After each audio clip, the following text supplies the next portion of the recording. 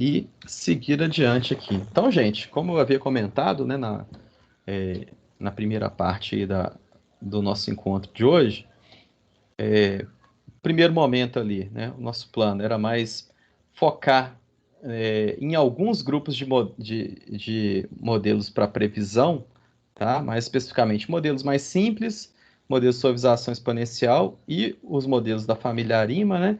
A gente ter um olhar mais ali em cima de como eles funcionam por dentro, né? Então, e agora a gente vai começar a trabalhar eles sendo aplicados, né? Eles sendo vistos de fora e aplicados a problemas, né? No caso, problemas de previsão de séries temporais. Para a gente fazer isso, tá?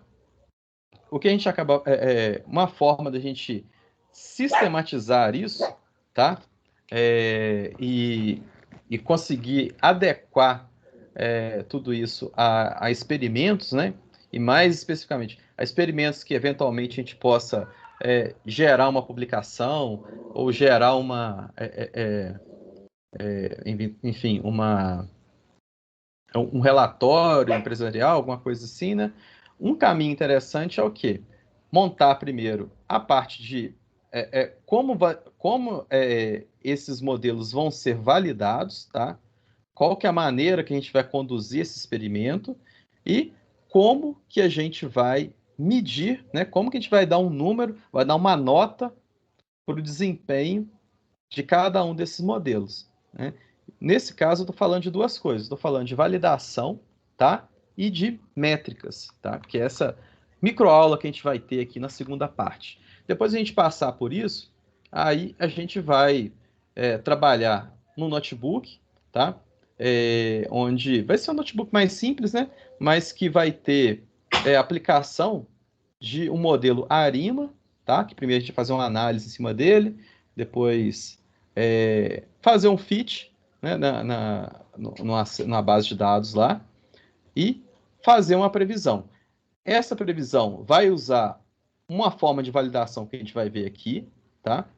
E também uma das métricas que vão ser listadas aqui nessa microaula que a gente vai fazer agora na segunda parte, tá?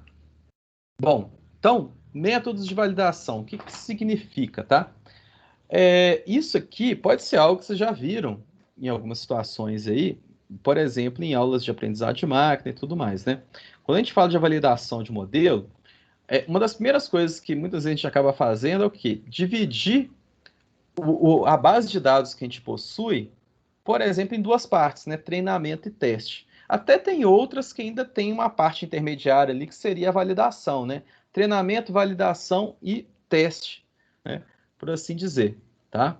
E além disso, né, a gente tem também situações onde a gente faz é, situações como, por exemplo, a validação cruzada, né?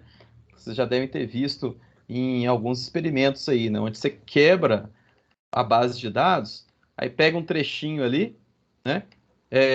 Para ser a parte de teste e o restante a parte de treinamento. Aí depois quebra mais um outro pedacinho aqui no meio, por exemplo, né? Igual que o meu mouse agora está aparecendo, né? Pega aqui uma coisa no meio para ser e separa para ser teste, e aí pega um canto de cá e um canto de lá, junta todo mundo para ser a parte de treinamento, tá? E por aí vai. Depois chega a última parte ali que separa o canto aqui, igual tá nesse desenho, né, para ser a parte de teste, e pega a parte inicial toda aqui para ser o nosso treinamento, tá? Tem algumas convenções, né, que normalmente são feitas, né, de a gente separar uma parte menor para ser o teste, né? Muitas vezes o pessoal coloca 20% da base de dados disponível para ser teste. Tem gente que coloca um terço para teste, dois terços para treinamento, mas é mais ou menos dentro desses dois limites, tá? Por quê, né? Até para a gente ter uma capacidade de treinar o nosso algoritmo com é, o número mais adequado de exemplos, tá? E aí a gente tem um teste ali um pouco mais é, com valores mais interessantes, né? Mas normalmente os experimentos seguem um pouco essa proporção, igual eu tô falando aqui. E aí, gente, essa validação cruzada que eu acabei de falar, né, que não sei se já chegaram a ver em outras disciplinas lá, que é a K-fold Cross Validation, né, que é aquela de você quebrar a base de dados toda em K pedaços, e aí desses K pedaços, por exemplo, você quebrar a base em 4 pedaços, você pega um pedaço, na primeira fase de validação, você quebra um pedaço para ser o teste e os outros 3 pedaços para ser o treinamento. Aí na segunda você pega a segunda parte para ser o teste e a primeira, a terceira e a quarta para ser o treinamento. E assim vai, né? Até chegar à última etapa de treinamento, onde você pega a última parte, né? O K igual a 4 para ser o seu teste, tá? E os Ks de 1 até 3 para ser a sua base de treinamento, tá? Isso, né, para um modelo mais clássico ali de aprendizado de máquina, funciona, né? Só que no caso de uma série temporal, a gente pode ter problemas nisso. Por quê?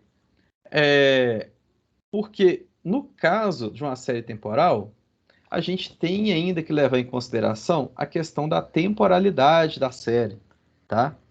Porque seria muito complicado, por exemplo, e poderia prejudicar de maneira muito incisiva o nosso teste se eventualmente a gente treinasse uma série, tá? Com, por exemplo, os dados aqui, ó, da segunda metade aqui da série temporal para testar o que acontece, né, na primeira metade, né? Isso pode levar até a um engano sobre o que sobre como a série está se comportando, tá? Por exemplo, né? Vamos supor que é uma série que está tendo uma tendência de subida aqui, né? E aí a gente está treinando com a parte mais alta da subida e depois testando na parte mais baixa, né? E aí a gente olha lá na parte mais baixa, consegue até acertar de certa maneira, né? E aí a gente começa a entender, não, esse método é bom, né? Ele está acertando ali o que está lá no final da minha série, né? Lá no início da minha série. Mas quando a gente chegar e aplicar ela a dados reais, essa série já está lá em cima, né? E ela não vai estar preparada para trabalhar com isso. Então, por isso que normalmente nos mecanismos de validação de séries temporais, né, de treinamento e teste e tudo mais, a gente tende a observar a questão da temporalidade, ou seja, pegar para treinamento os dados anteriores, tá?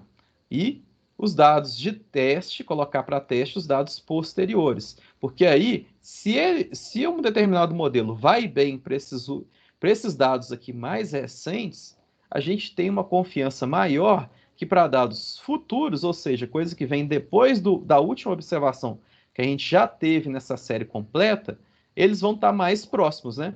Eles vão estar mais aderentes ao treinamento que a gente já fez.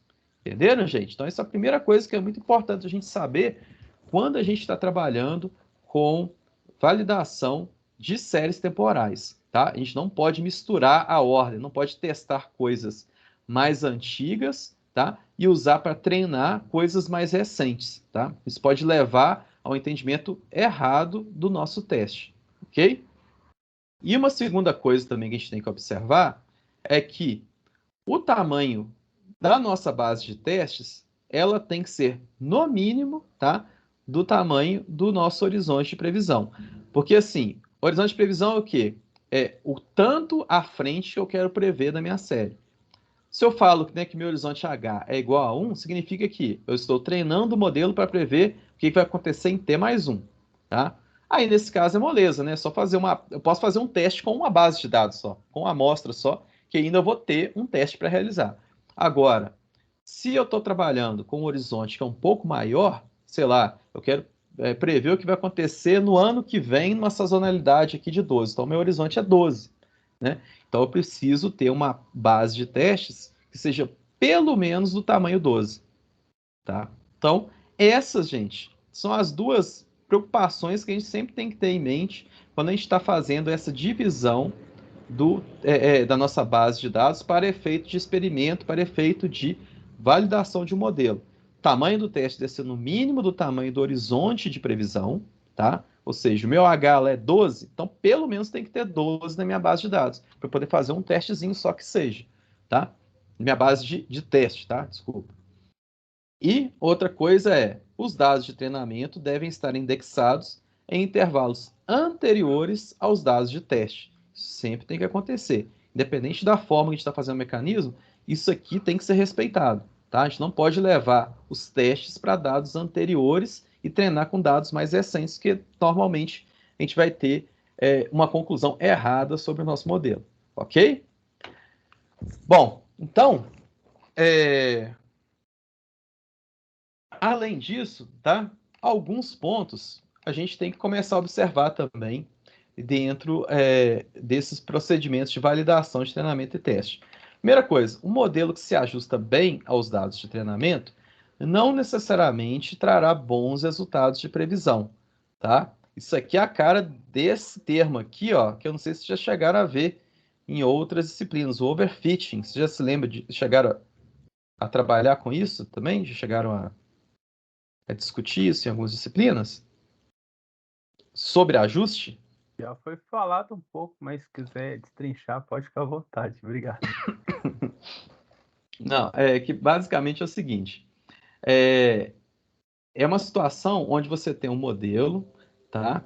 E vamos supor que ele seja um modelo que ele tem uma capacidade ele tem uma complexidade muito grande, tá? E que com isso, né, ele consiga realmente resolver problemas mais complexos. Aí vamos supor que você pega esse modelo muito complexo, tá? E aplica ele a a um problema que era relativamente simples, tá? Então, aí você começa a representar é, é, esse modelo que era simples em cima de um modelo, um tipo de dado que era simples, em cima de um modelo que é muito complexo. E aí o resultado disso é o seguinte: esse modelo, para mostrar trabalho, né, muitas vezes ele pode chegar e, por exemplo, olhar uma série temporal lá que, vamos supor, ela tenha uma, um comportamento bem simples mesmo, sei lá, uma, uma série assim que só tem uma sinusoide assim, né, aparecendo, né, umas ondas assim, bem fixas. E aí no meio do caminho dessa série tem lá um outlier, tá? Um ponto fora da curva lá em cima, tá?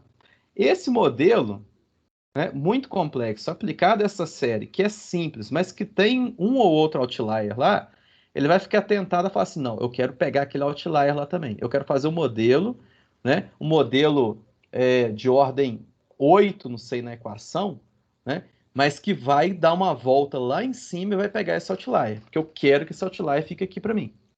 Aí o que é o resultado disso? É um modelo extremamente complexo para pegar aquele outlier, mas que não representa a série da forma que ela é originalmente, tá? E aí o resultado disso é que quando você for fazer testes em cima desse modelo que foi entregue, ele não vai ter um desempenho muito bom, porque ele vai achar complexo, mas na verdade ele era simples, tá?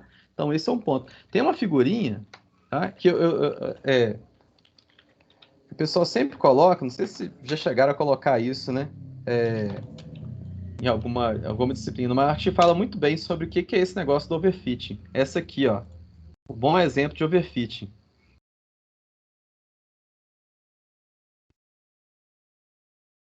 Deixa eu ver aqui, ficou meio borrada. Deixa eu pegar ela aqui, se for melhor.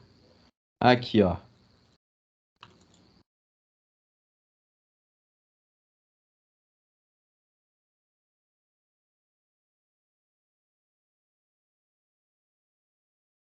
Acho que ela é um bom. Engraçado. Não apareceu aqui. Deixa eu aumentar aqui um pouco. Aqui, ó. Não sei se vocês conseguem ver. É esse caso aqui, ó.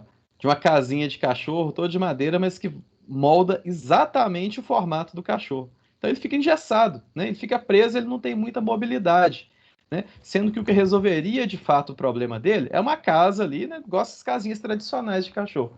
Então, esse aqui é o ponto do overfitting. Você faz uma coisa tão complexa, né? Você oferece um modelo ali que ele tem uma capacidade de modelar funções tão complexas, tá? Que, no final das contas, para uma coisa que seria relativamente simples de se modelar, tá? Esse modelo vai dar uma volta danada e vai traçar todos os contornos que existem naqueles dados, inclusive pegando ruído e tentando representar aquilo lá também, tá? E aí, o resultado vai ficar um modelo extremamente engessado, com muita regra, e que você não vai conseguir andar, não vai ter muita liberdade para fazer um teste mais aprimorado, tá? E aí, com isso, o desempenho tende a ficar ruim, tá? Eu não sei se já chegaram a ver alguns gráficos em cima disso, né, que mostram um pouco sobre essa questão do overfit, né? Por exemplo, em redes neurais, muitas vezes é uma coisa que a gente consegue observar, né? A gente tem um problema lá para representar com a rede neural. Aí, à medida que você vai colocando mais camadas, vai colocando mais neurônios em cima dessa rede, a complexidade dessa rede aumenta, né? E aí ela vai ser capaz de representar melhor esses dados, mas assim, no ajuste do ajuste ali, né? Pegando até ruído e representando, para fazer uma função completamente detalhada ali, né? Cheia dos contornos. Só que, em contrapartida, à medida que ele vai melhorando o treino, tá? Ele vai piorando o teste, tá? Porque na hora de fazer o teste mesmo, ele vai estar tão engessado naquele modelo que foi criado, tá? Que no final das contas ele não vai conseguir resolver. Entenderam, gente? Essa questão do overfit, isso é só uma pequena digressão aqui, só para a gente poder entender o que está por trás disso. Um outro exemplo que o Obrigado. pessoal costuma usar muito também, né, é o caso igual de, sei lá, algum estudante que, por exemplo, vou tentar um concurso, né?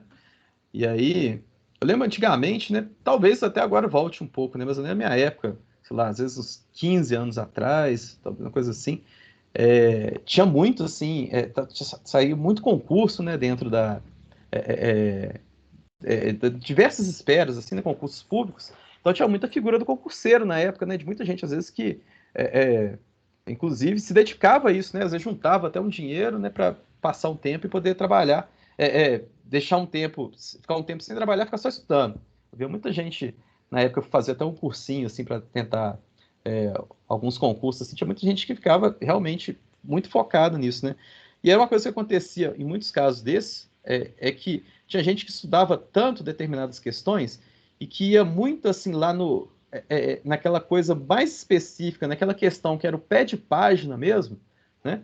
Estudava tanto que aí, quando chegava na hora da prova, muitas vezes tinha dificuldade de fazer a prova porque perdeu aquele conhecimento mais generalista sobre o tema, né? Se debruçava tanto nos detalhes de cada uma das questões que aí, quando chegava na hora começava a ter dificuldade de pegar um desempenho legal porque conseguia perder um pouco aquele conhecimento mais geral sobre um determinado tema, sabe?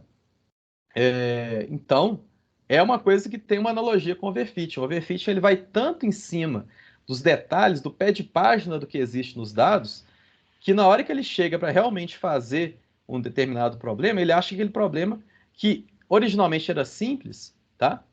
Ele começa a enxergar como um problema muito complexo e isso traz uma perda de desempenho para ele também, sabe?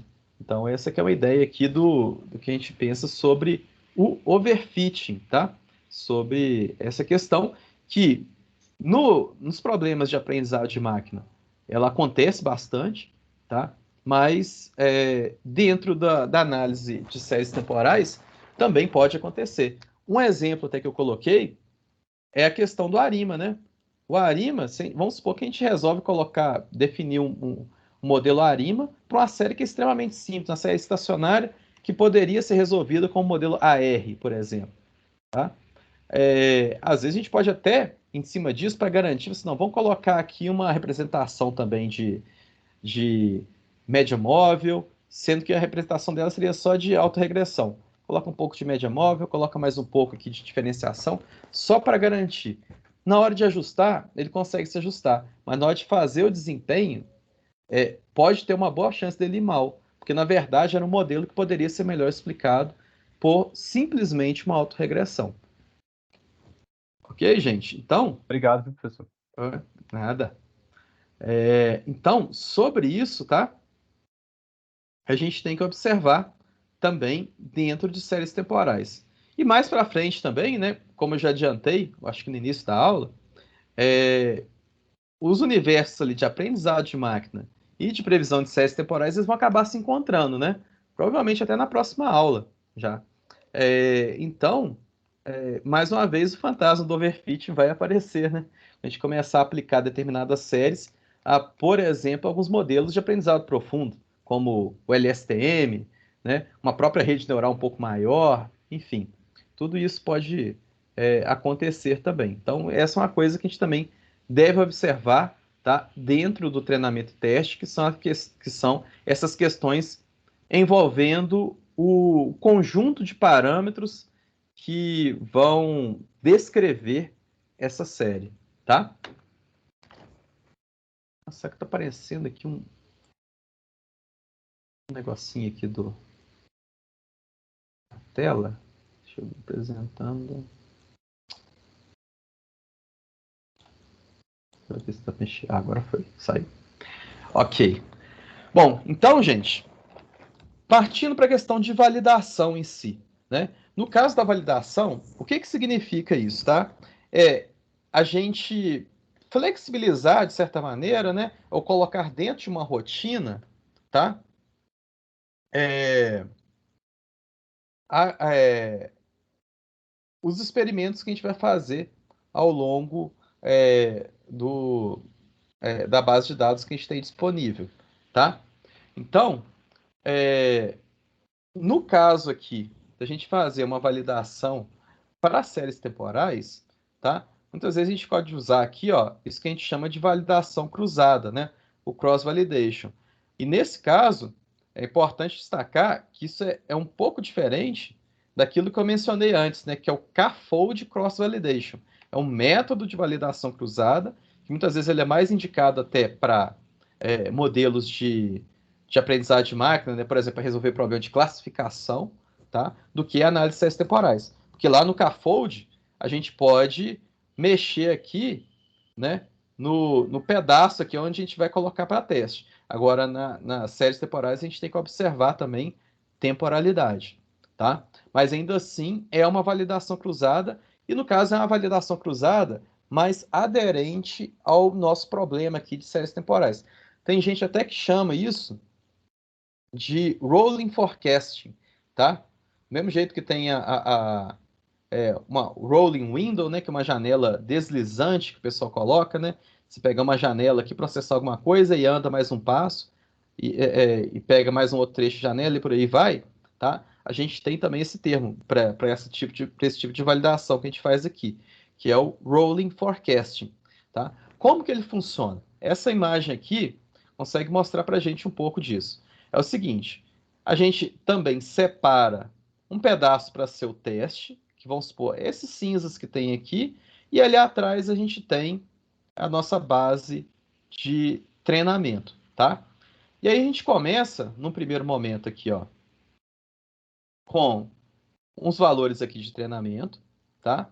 Que a gente usa eles para ajustar o nosso modelo e fazer a previsão, né? Desse passo futuro aqui e comparar ele com o teste depois, né? Fazer um teste nesse cara. E aí depois, na próxima etapa, a gente vai prever esse valor que está aqui no passo anterior, usando a observação desse cara que a gente fez a previsão anteriormente, mais os outros que estão aqui para trás. Então, a cada passo, a gente vai fazendo uma nova previsão, tá? Do passo futuro, tá? E aumentando a nossa base de treinamento aqui, tá? Com os valores observados, ok?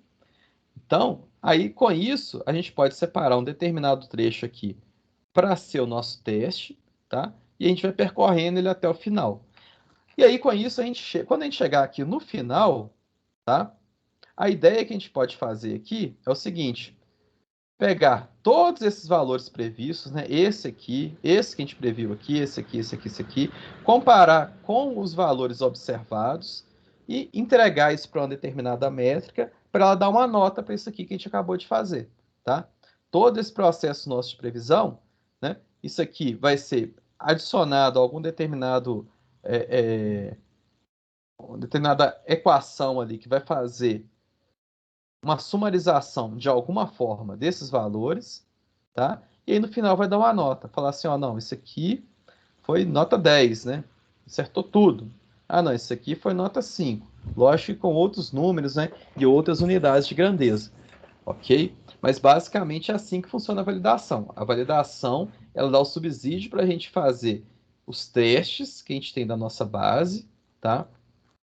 E, a partir disso, coletar esses valores e entregar para determinada métrica para falar para a gente como que isso aqui funcionou. Tá bom? Deu para entender essa parte aqui da validação cruzada, gente? Ou vocês têm alguma dúvida de como que está sendo esse algoritmo, como que esse algoritmo está sendo feito? Tá tranquilo? Tranquilo. Isso, Oi. caso diferente do que a gente teria com várias épocas de uma rede neural, nesse momento a gente está só comparando com intervalos distintos, né? A gente vai fazer estatística disso depois para achar o erro. Eu não tenho melhora real sem ter algum ajuste de parâmetro aí dentro, né? No modelo em si. Eu estou aplicando o modelo em vários intervalos de teste e de treino e teste. Mas eu não tenho Isso. melhoria do modelo necessariamente nessas várias iterações. Bom, a questão é a seguinte: o modelo ele tem parâmetros e hiperparâmetros, né? Então, o que são? Hiperparâmetros, normalmente são aqueles que a gente, antes de rodar o modelo, a gente meio que seta na mão. Por exemplo, né? Numa rede neural seria o número de camadas, tá? O número de neurônios. No caso de uma ARIMA, seria o P, o D e o Q, sabe? Mais ou menos isso. Internamente, existe um ajuste lá nos modelos, e aí são os parâmetros mesmo, tá? Que são aqueles que vão definir qual que é o peso, por exemplo, de uma autorregressão no lag 1, o peso da diferença de erros lá no lag 2 para uma média móvel, enfim. Então, o modelo que a gente entrega, os hiperparâmetros que a gente está entregando para esse modelo, se a gente for fazer o experimento, né, da forma que eu entendo que seria mais adequada, a gente tem que setar isso uma vez só e seguir com ele até o final, né? Aí isso aí não vai mudar. Agora, pode acontecer, à medida que a gente está realizando aqui nosso experimento, da gente chegar aqui mais embaixo, quando a gente tem mais dados, né, para colocar no nosso treinamento, que os parâmetros internos, tá? Eles possam, às vezes, ser ajustados de maneira melhor, tá? Então, esses parâmetros ali que vão definir o peso de uma autorregressão, alguma coisa assim, isso aqui pode mudar à medida que a gente vai aumentando a nossa, o nosso conjunto de informações que vai auxiliar o treinamento do modelo, tá? Então, isso aí pode acontecer internamente. Do lado de fora não tem ganho, mas internamente pode ter, dependendo dos dados que vão vir aqui depois, principalmente aqui nessas últimas etapas da nossa validação, entendeu? Entendi. Mas, por exemplo, se eu estivesse fazendo um fine tuning já estou trabalhando com, já encontrei os hiperparâmetros não ótimos, mas eu cheguei no ponto que é satisfatório. A parte da validação dessa forma seria para me dar uma amostragem estatística do meu erro. Sim, sim, Beleza. é isso mesmo. A ideia aqui, ó, o foco principal que a gente está tendo aqui é exatamente esse: testar aqui um por um, né? Respeitando essa questão de temporalidade, por isso que a gente faz normalmente esse tipo de fluxo, tá? Fazendo etapa por etapa. E aí, depois de cada uma dessas etapas que a gente fez aqui, a gente vai coletar o que teve de erro em cada um desses caras que a gente fez, entregar para uma métrica, normalmente uma métrica que fica mais, que acaba sendo mais adequada a séries temporais, modelos de previsão e tudo, né? E aí, com isso, a gente consegue medir o nosso desempenho. Entendeu? Só mais uma dúvida. Se eu estiver trabalhando Claro. com passos diferentes, né? Aí eu tô partindo do pressuposto que eu estou fazendo sequencial. Eu sempre estou prevendo o intervalo à frente. Eu teria que trabalhar com treinar modelos diferentes com lags diferentes? Você fala um passo, um horizonte de previsão maior do que um, por exemplo, né? Isso, se eu estou pensando, por exemplo, em 1 mês, 3 meses, 12 meses. Ah, tá. 1 mês, 3 meses, 2 meses aqui, né? Ó, uma coisa, depende muito do modelo que você tem, tá? Mas, por exemplo, aí nessa primeira parte aqui, ó, a cada etapa você tem que fazer as previsões deles, tá? De 1 mês, 3 meses, 1 mês, 2 e 3, né? 1, 2 e 3 aqui. Vamos supor. Então, aí nesse caso, vamos supor que é um modelo que você tem, que ele já está ajustado ali para prever o valor futuro, tá? Vamos pegar aqui, ó, nesse caso aqui. Não sei se está dando para ver aqui no meu mouse aqui, né?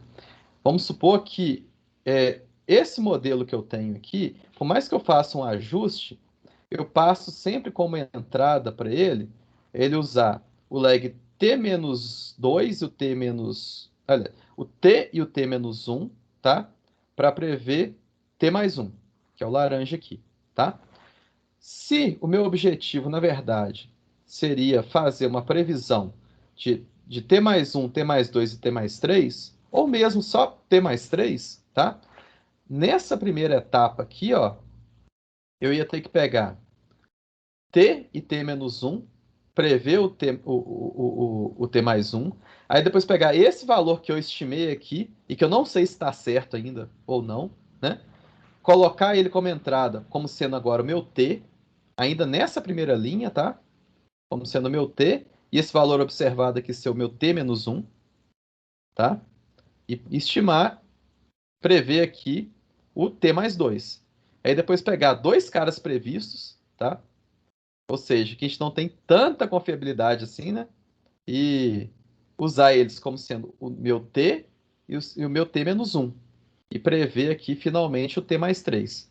E aí sim, esse valor, tá? É o valor que eu vou colocar lá, por exemplo, no meu vetor de resultados, falar assim, ó, esse aqui é o meu resultado da minha previsão, que é uma previsão de um horizonte maior, tá? E aí ele vai lá e trabalha com isso. Isso é uma situação, tá? Se eu tiver um modelo que ele foi programado para entregar só o, o T mais 1. Por exemplo, o Naive, ele só entrega o T mais 1, né? Se eu for entregar os outros, o que ele vai fazer é pegar o que tinha no anterior e colocar aqui também. Então, é normalmente assim que eu faço. Mas a gente vai ver, por exemplo, quando a gente for trabalhar com é, aprendizado de máquina, por exemplo, uma rede neural, por exemplo, que a gente pode pegar, nesse caso, as observações que a gente tinha aqui, ó, e não o valor estimado, usar isso aqui como observação para ser o meu y, dado como entrada esse x aqui, que são os azuis. Tá? E eu treino assim, já faço diretamente. Não vou precisar fazer uma previsão de um e aí trabalhar como entrada depois uma previsão que eu não confio tanto, tá? Que ainda ela está sujeita a erros, para ser o meu dado, entendeu? Para mandar ele mais adiante. Não sei se eu consegui explicar bem essa parte. Beleza, deu para pegar. Valeu, Carlos. Entendeu, Thiago?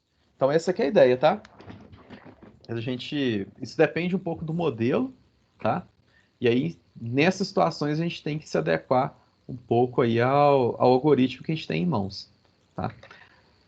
A boa notícia que a gente tem é que, por enquanto, nessas primeiras atividades, a gente vai trabalhar só com T mais 1, até mesmo para simplificar, tá? Inclusive, esse é o tipo de coisa que, muitas vezes, que a gente vai fazer experimentos mesmo, tem modelos que a gente fala assim, nós, e tá bom, e tá funcionando bem.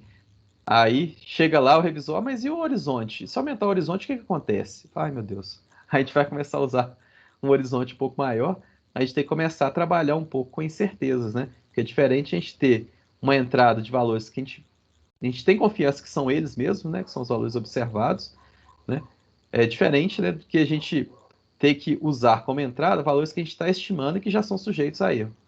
Então, para muitos modelos que têm um ótimo desempenho no T mais 1, quando você já vai para o T mais 2, você já começa a despencar em desempenho. Tá?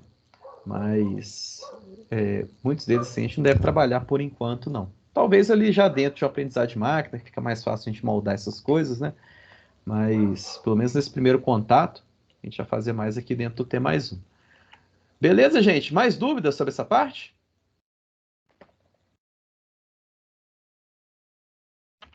Que, inclusive, tá?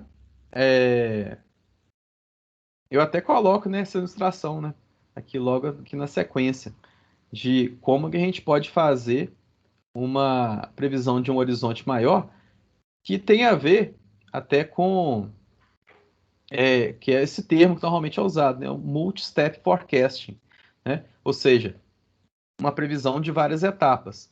Por que são várias etapas? Porque para eu chegar nessa previsão que está aqui na frente, internamente, eu tive que pegar essas observações para prever o T+1, depois pegar o T+1, incorporar nessa turma, prever o T+2, depois pegar esse T+2 previsto, colocar lá e prever o T+3, e depois chegar finalmente na previsão do T+4, tá? Então, o termo, quando a gente começa a expandir o horizonte de previsão, normalmente esse caso de ser uma situação de multi-step forecasting, tá? Ou de um horizonte maior do que um. Então, gente, ó, sobre a parte aqui de validação cruzada, o mais importante a gente entender é isso, tá? Como que normalmente esses experimentos são realizados dentro de análise de séries temporais, tá? É muito importante que a gente, dentro do experimento que a gente está executando, a gente respeite a questão da temporalidade dos dados. Ou seja, treinamento tem que vir antes do teste. Essa é a coisa mais importante. Você pode, por exemplo, em alguns casos, tá? Dependendo do objeto de estudos, tem gente, por exemplo, que entende o seguinte: não, a minha parte de treinamento, eu sempre quero trabalhar com, sei lá, 10 amostras por treinamento, por etapa de treinamento, mas depois eu quero andar, eu não quero fazer esse dado cumulativo, tá? Aí é uma adaptação que você pode fazer na sua validação, onde, primeiro, por exemplo, nesse caso aqui, ó, eu quero trabalhar só com 6 aqui na primeira, aí na segunda, que tem, ao invés de colocar 7, não, eu reinicio o modelo, tá?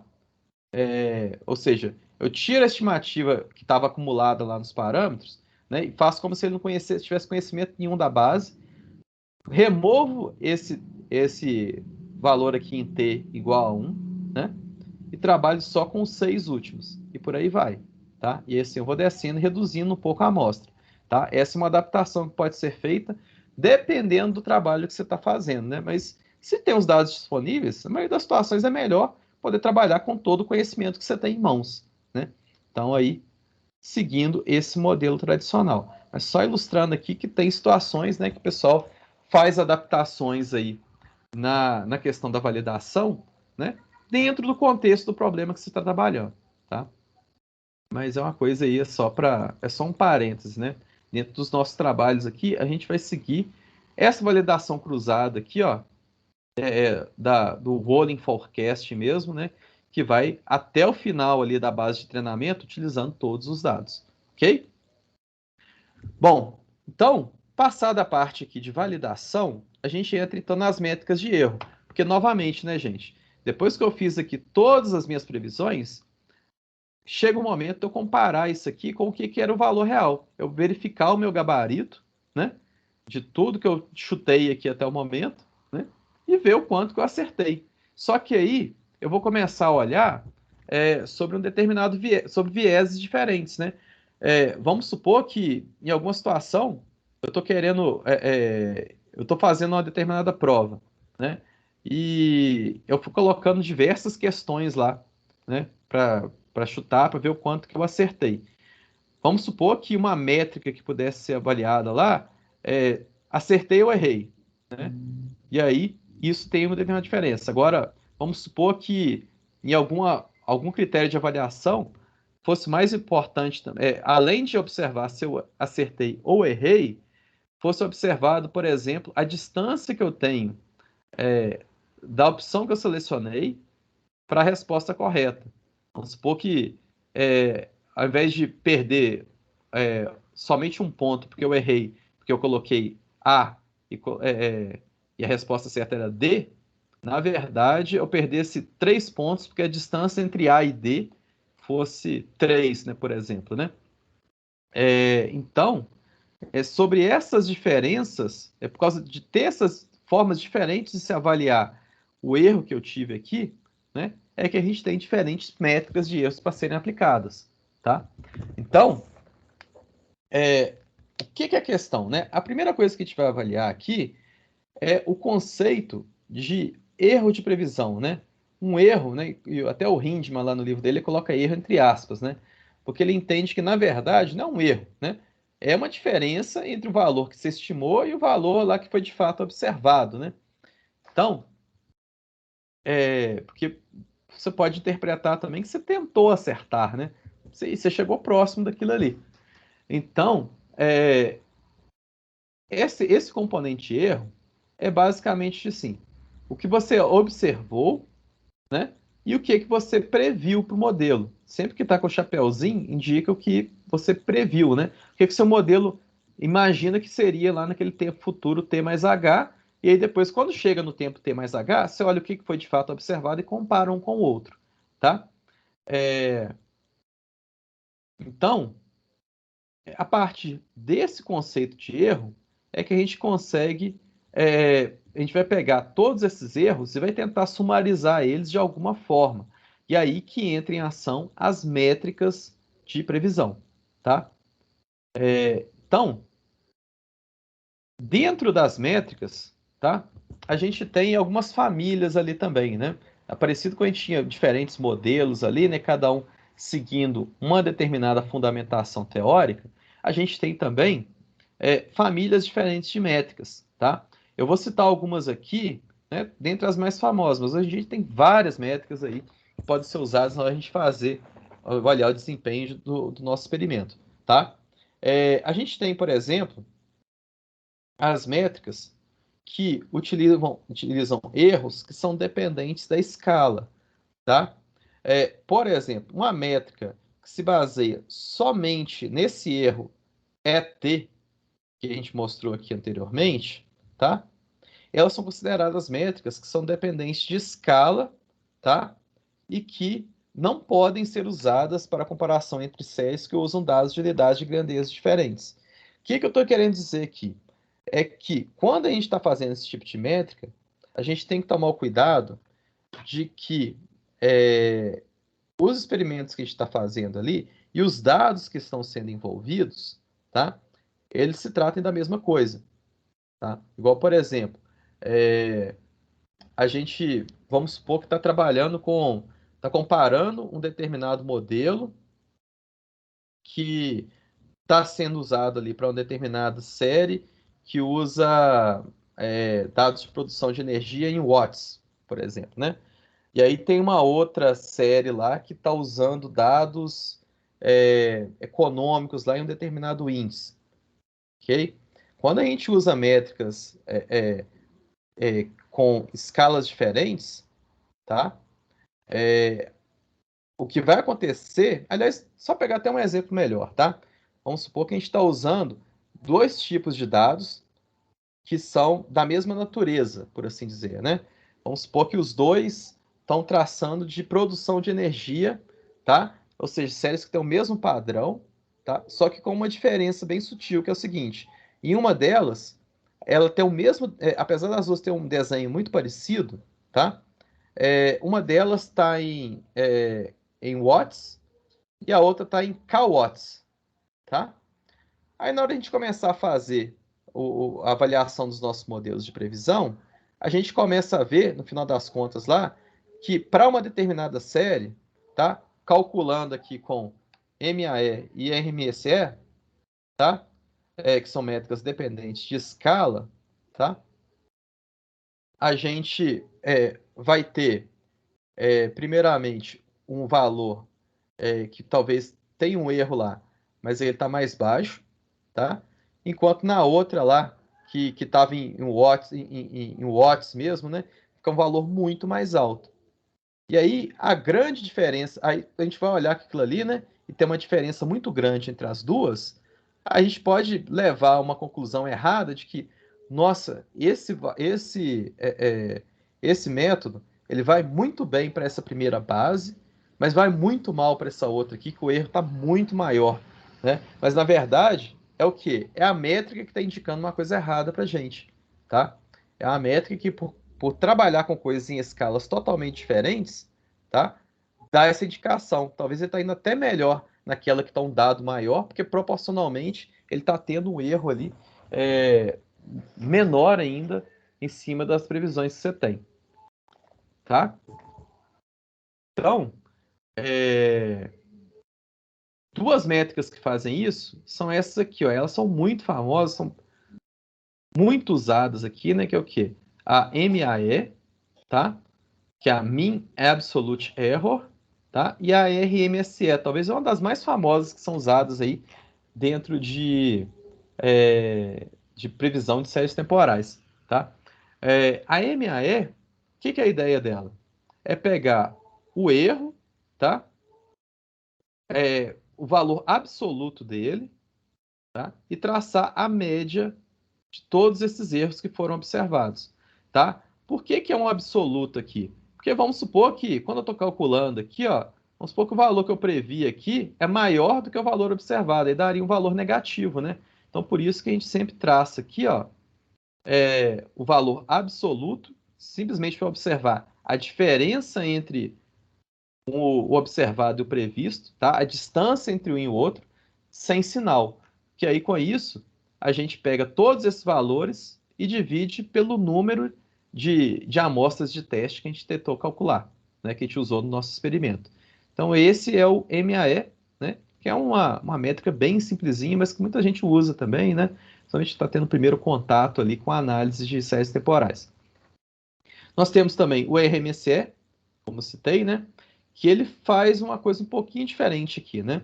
Ele também traça a média, tá? Só que no caso dele, ao invés de aplicar o valor absoluto, ele pega o valor, seja negativo ou seja positivo, e eleva ao quadrado, para também chegar no negócio positivo, tá? E aí, depois de elevar ele ao quadrado, né? E somar tudo aqui e traçar a média, ele vai lá e aplica uma raiz quadrada, né? Para reduzir um pouco a escala, tá? Então, essas são as métricas dependentes de escala. E aí, se a gente for pensar entre as duas aqui e tentar decidir qual usar, né? Porque as duas são eficientes, são bem populares, né? E a gente pode realmente colocar para fazer uma diferença ali entre os modelos que a gente estiver calculando. A diferença aqui é mais o seguinte: a MAE, tá? Por ela ser essa média mais simples e mais direta e mais linear, tá? Ela vai, no final das contas, buscar um valor que ele fica mais próximo ali da mediana, ou seja, de como que, no final das contas, esse experimento vai desempenhar, ou seja, uma coisa mais perto ali do meio ali das execuções, tá? Do que mais ocorre ali dentro em termos de erro, dentro do seu modelo, tá? Ou seja, uma coisa que suaviza mais essa curva, né, de erros que a gente tem ali. Fica uma coisa mais dentro, igual eu estou falando aqui, da mediana. Já no caso da RMSE, tá? Ela fica mais sensível a erros extremos por causa dessa questão aqui, ó, de calcular o valor ao quadrado, tá? E acaba potencializando tais resultados. Gente, na prática, o que isso aqui está querendo dizer? É que, vamos supor que eu tracei um determinado modelo, tá? Estou querendo avaliar ele lá, fiz todos os experimentos, tá? E esse modelo, em algumas situações, né, vamos supor, de 10 testes que eu fiz ali, né, tinha 10 amostras de teste, eu fiz 10 testes, tá? Esse modelo ele acabou indo muito bem, tá? Em 8 dos experimentos que eu fiz, e em 2 deles, até por ser valores ali que ele não estava esperando, ele foi lá no alto, ele errou grosseiramente, tá? Numa MAE, por mais que ele tenha errado grosseiramente, o que pesa para ela são os 8 que ele acertou bem. Então ele acaba puxando mais ali para a mediana, tá? O desempenho desse modelo. Aí, nesse caso, ele pode falar assim, ó, ele pensa talvez até no copo mais cheio do que vazio, né? Ele fala o seguinte, ó, Teve até uns errinhos ali, mas importante que ele acertou 8, tá? Então eu posso dizer que ele é bom mesmo. No caso do RMSE, se esse erro, nessas duas outras amostras, ele foi muito grosseiro, a tendência do RMSE é potencializar esses resultados, tá? Ou seja, um negócio que já estava complicado, ele eleva ao quadrado, tá? E aí o resultado que vai ter depois vai falar assim, ó, tá, ele até acertou, mas o que ele errou aqui, isso me preocupa demais, tá? Então, por isso que eu digo que esse modelo não é bom, tá? Então, aí é em cima disso que a gente tem que pensar. Qual que é a nossa preocupação, tá? É um modelo que normalmente ele acaba acertando ali mais na média mesmo, né? Uma coisa mais tranquila, a gente olha mais o MAE. Agora, se é um determinado modelo que a gente tem que tomar um cuidado dele, ele não pode errar de maneira muito grosseira, de forma alguma, porque isso traria um prejuízo muito sensível ao que a gente está avaliando, então a gente tem que começar a olhar mais para o RMSE, porque ele potencializa esses erros mais grosseiros, tá? Então essa é a diferença aí entre esses dois tipos de erros de métricas que são dependentes de escala e que são muito populares, né? Então fica a critério na hora de vocês avaliarem, na hora de fazer o experimento, na hora de dar um veredito para o modelo que vocês estão trabalhando, tá? Bom, então, igual eu falei, né, a gente tem esse problema dentro dos modelos de escala, tá? Que é essa questão de, se eu estou trabalhando com unidades diferentes, eu posso ter algumas dificuldades, até na hora de apresentar os resultados, né? Às vezes a gente tem coisas que são da mesma natureza, mas como usam unidades diferentes, na hora de apresentar os resultados na publicação, no relatório, fica difícil de olhar isso, né? Então, pensando justamente nesse problema que a escala apresenta para a gente, tá?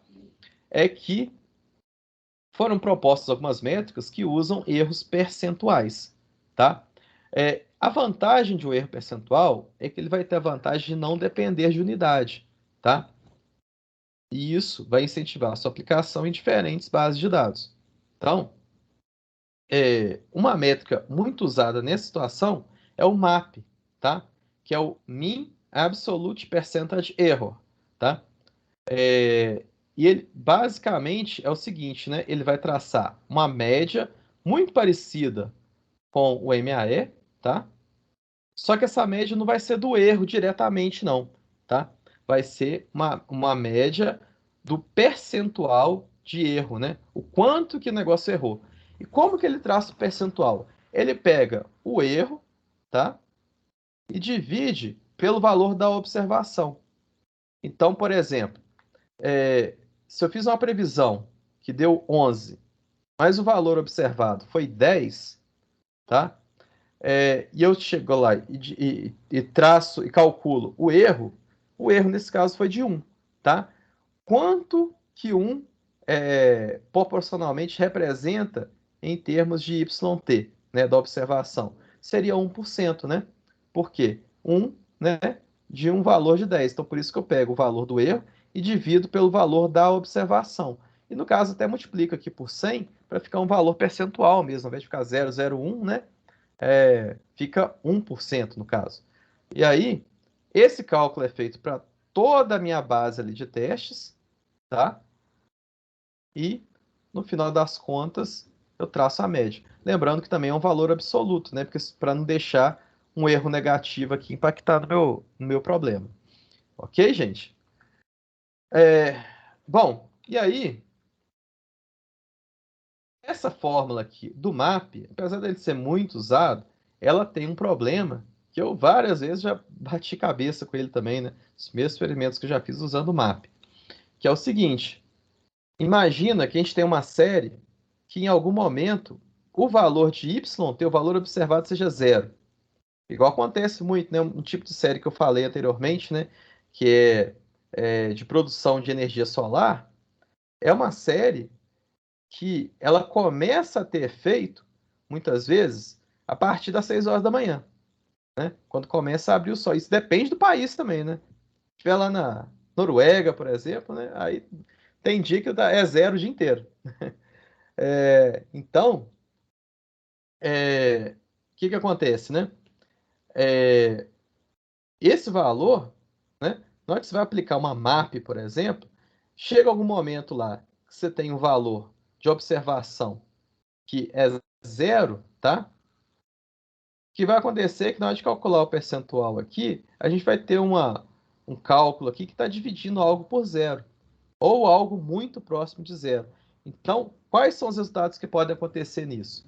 Ou a gente vai ter um famoso not a number, né?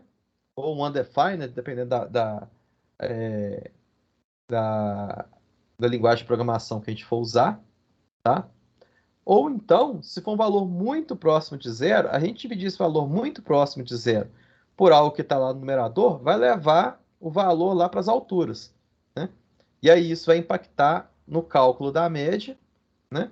E aí depois você vai ter um valor gigantesco que quando você for abrir os resultados, você vai ver que são só alguns outliers causados exatamente por uma medição que está muito próxima de 0, tá? Então, pensando nisso, é que foi proposto o map chamado de map simétrico, tá? Que é o SMAP, o Symmetric Mean Absolute Percentage Error, tá? E que nesse caso, o que que ele faz, tá? Ele pega o valor de yt menos y previsto, né? O valor observado menos previsto, igual a gente já faz para calcular erro, tá? Dividido pela soma dos dois, tá? Para, nesse sentido, tentar um pouco amenizar esse risco de cair no valor que vai dar 0.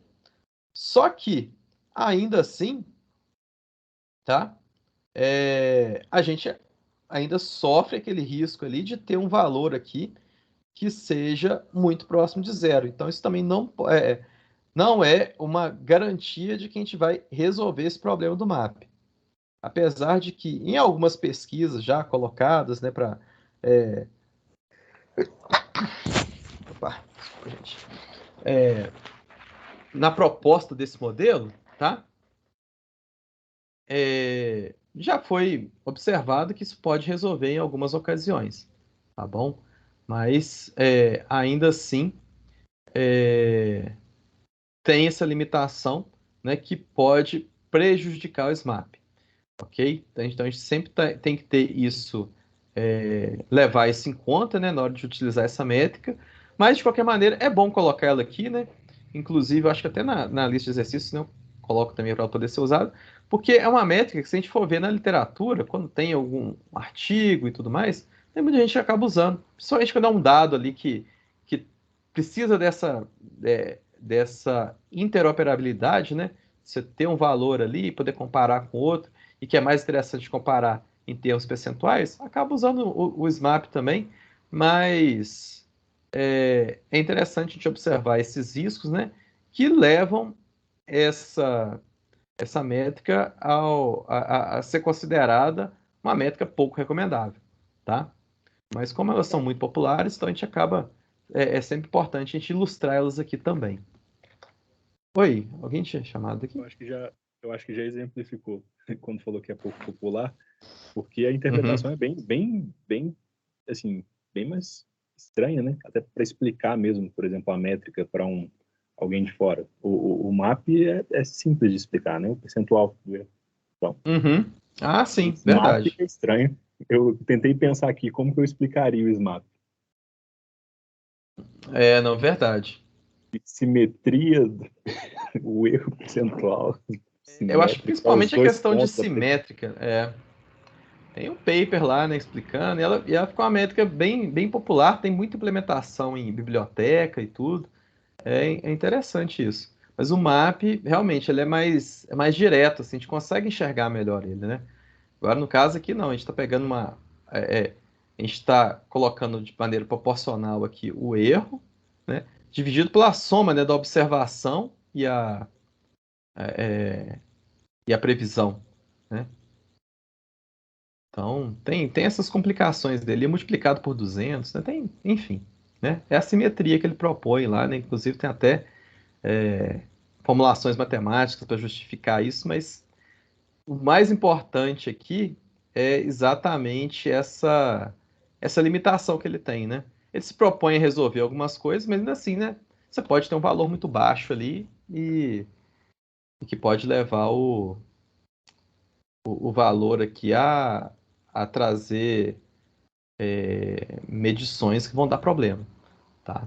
Mas fica ainda, de qualquer maneira, o registro aqui, né? Porque são métricas muito populares. Inclusive, essa é uma fala até do próprio o Rob Hindman, né? Do livro, né? Ele coloca isso também, ó. É engraçado até, né? Para quem for ler o livro, ali na parte da métrica do SMAP, né? Dá para ver, assim, que ele tá meio com uma vontade, assim, de falar do negócio. Ele vai escrevendo, assim, falou, ó, é isso, tá, gente? Não funciona, não recomendo, mas como ele é muito popular ainda, né?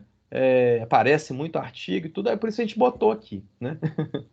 Mas parece que ele estava muito motivado a colocar ele também não. Então aí até para efeito de a gente ilustrar ele, né? Como ele aparece muito, eu acho que é interessante também a gente debater ele aqui dentro da, da nossa disciplina também. Porque eu falo, né? Igual eu comentei antes também, eu lembro do início, quando eu comecei a fazer alguns experimentos com séries temporais e tudo, né?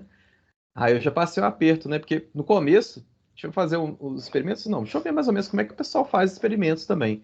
Aí comecei a pegar alguns artigos para ver se não, será que o meu modelo consegue superar esse artigo? Né? Aí pegar a base dele, vou lá, coloco os modelos, começo a testar, mas deixa eu ver qual experimento que ele usou. Aí muitos artigos usavam o SMAP. Então vou colocar o SMAP também. Aí na hora que chegava lá para fazer os experimentos, né, e tudo, chegava algum momento lá que tinha um valor gigantesco para o SMAP. Eu falei, gente, o que está acontecendo? Ou para o MAP, né, principalmente, né? O que está acontecendo? Aí só depois de destrinchar muito ali os valores que você olha, esse zero aqui, ó, esse not a number que está aqui.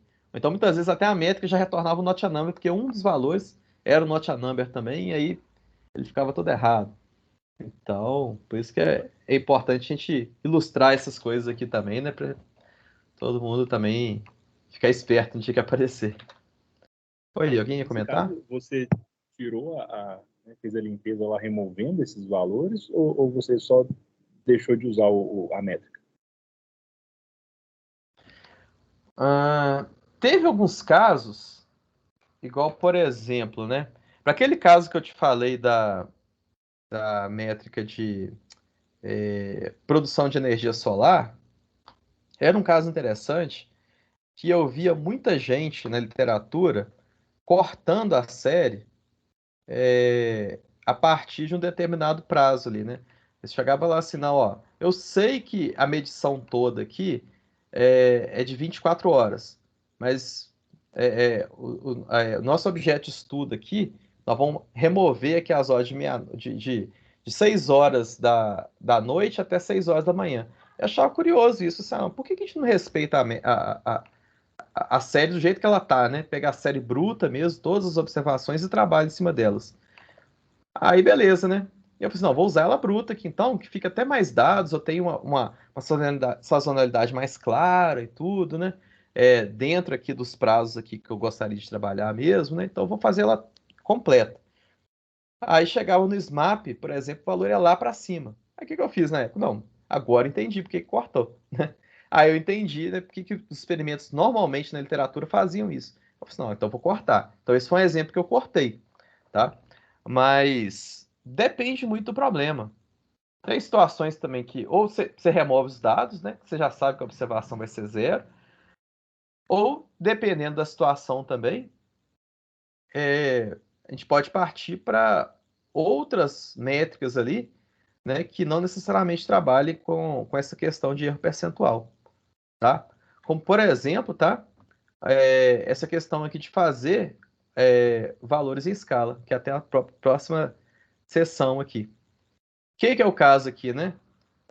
Nessa situação, a gente está traçando aqui valores, tá? É, onde a gente coloca isso em perspectiva, né? A gente coloca isso dentro de uma determinada escala, que nesse caso é uma escala própria da métrica, não é mais uma escala referente aos dados. Entenderam? Então, para aquele problema que eu falei antes, né, de você ter o mesmo tipo de dado, só que um deles está registrado em watts e o outro está registrado em kWatts, tá?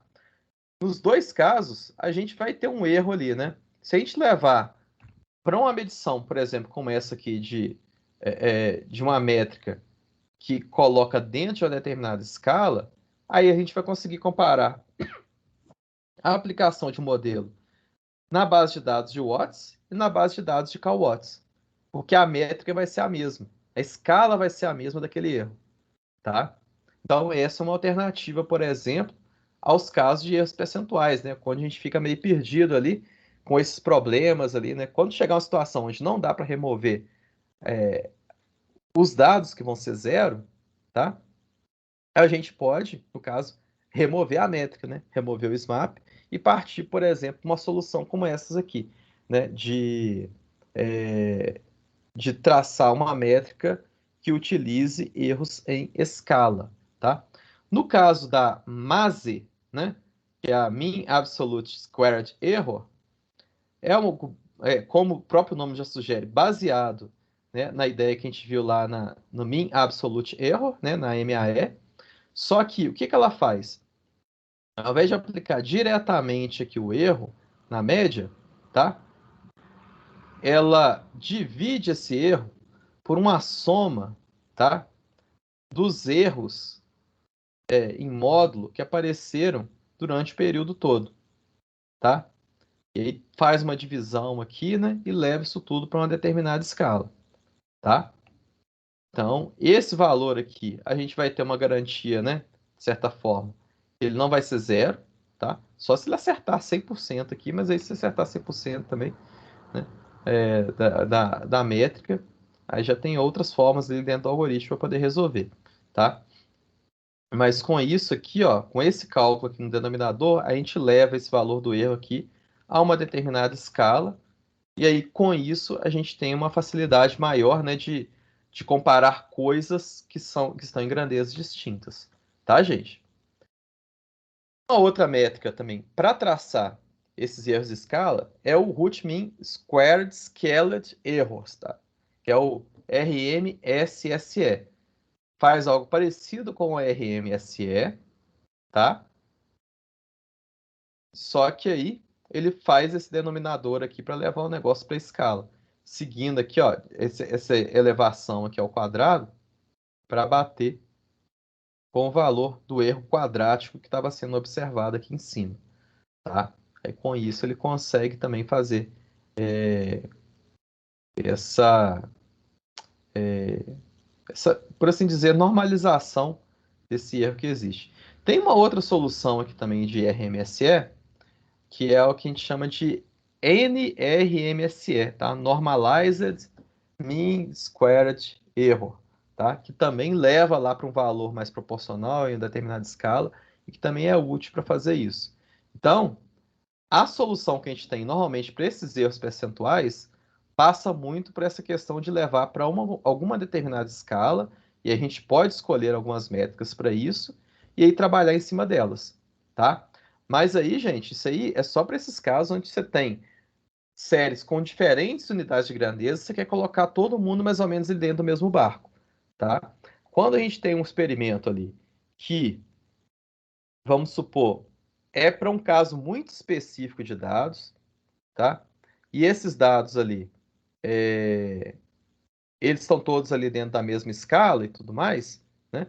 Então, não tem problema nenhum de usar, por exemplo, a MAE ou a RMSE, tá? Inclusive, elas são muito populares, são usadas em diversos problemas. Se você olhar assim, artigos hoje assim para coisas bem mais avançadas, assim, séries temporais, que tem um RMSE lá de qualquer maneira, tá? Ou MAE, não tem problema nenhum, tá?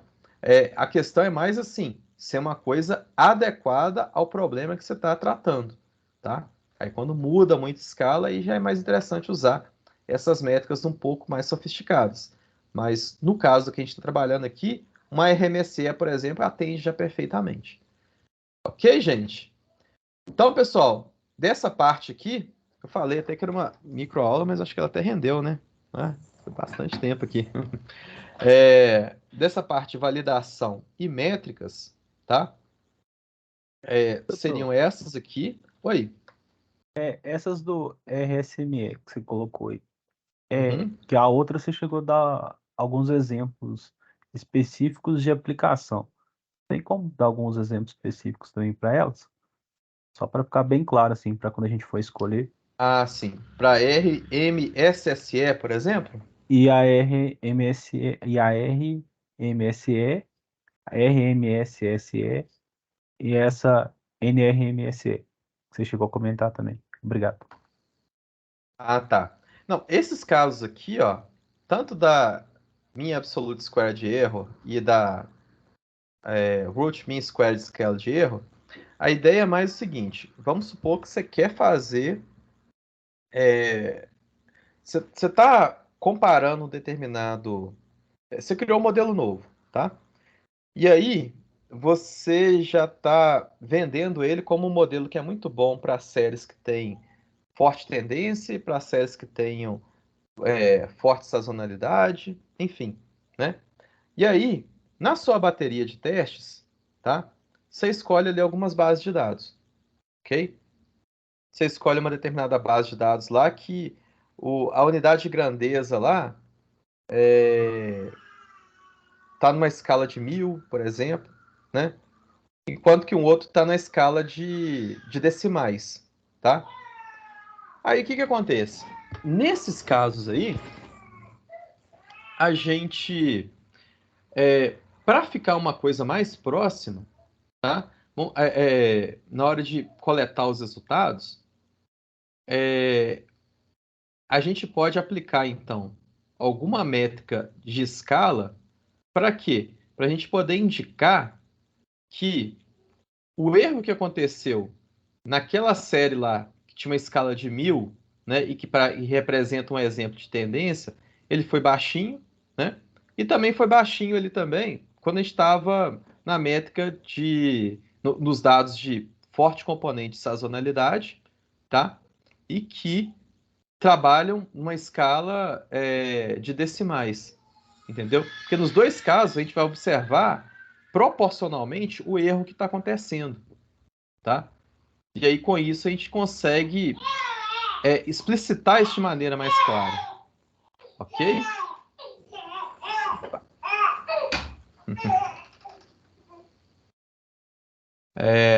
Deu para entender um pouco, Bruno? Qual que é essa ideia? Sim, sim, deu sim.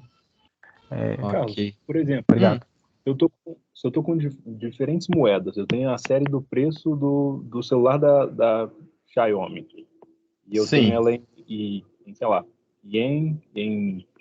sei lá, real e dólar. E eu não vou fazer conversão. certo. Teria um caso que eu faria algo similar. Eu quero trabalhar com valor absoluto, eu quero tratar toda essa base como se fosse a mesma.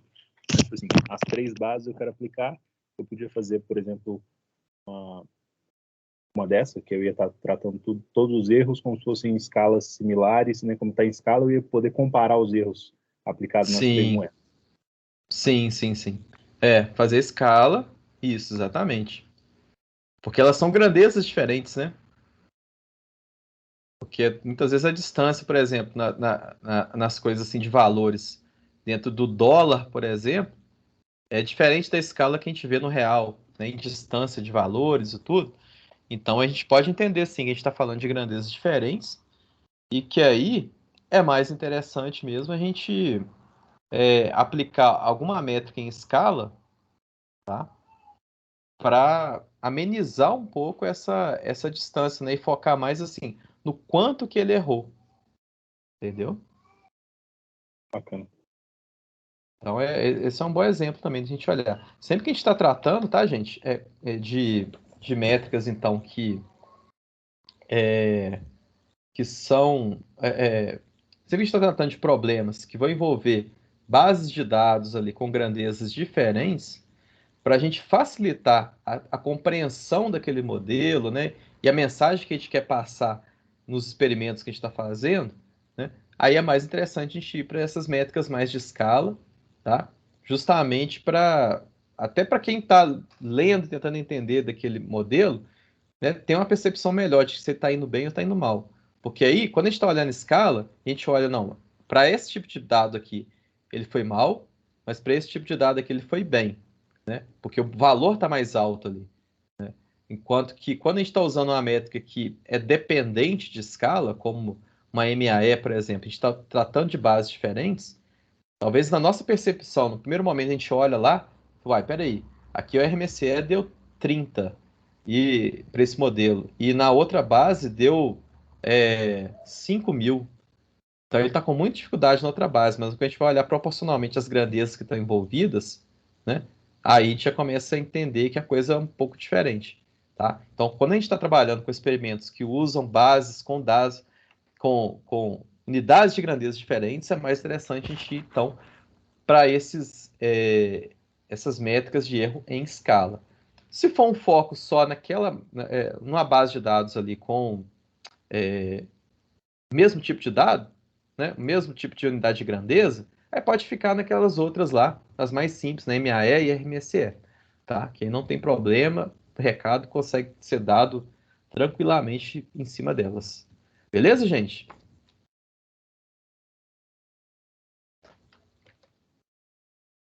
Beleza, obrigado, professor. Ok. Então, beleza, pessoal. Então, com isso, a gente fecha essa parte de validação e métricas, tá? E agora, eu vou dar uma passada no nosso notebook do dia, né? Que é o da aula 3. Ele já está disponível, tá? Dessa vez eu já coloquei ele diretamente lá na nossa na aula de hoje, né? É a aula 03. E aí, só uma coisa que agora eu tô lembrando aqui, tá, gente? Eu vou passar por ele aqui, mas o que acontece?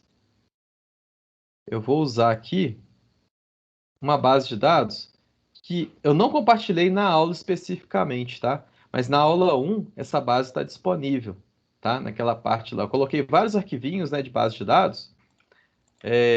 E aí, um deles é o Shampoo Sales. É esse que eu vou usar aqui, tá? Aí, vocês podem baixar ele de lá, da aula 01. Ou então, até para facilitar, né? Para ficar um negócio mais fácil de todo mundo identificar, deixa eu pegar aqui e adicionar rapidinho a Shampoo Sales aqui também. Deixa eu lá, início. Opa, o Class aqui.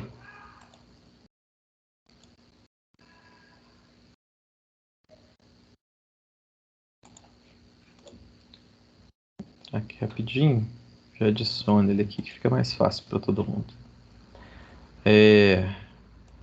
Vamos lá. Um uploadzinho aqui.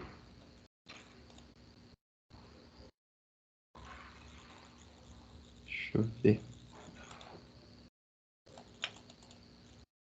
Datasets. Shampoo Sales. Beleza.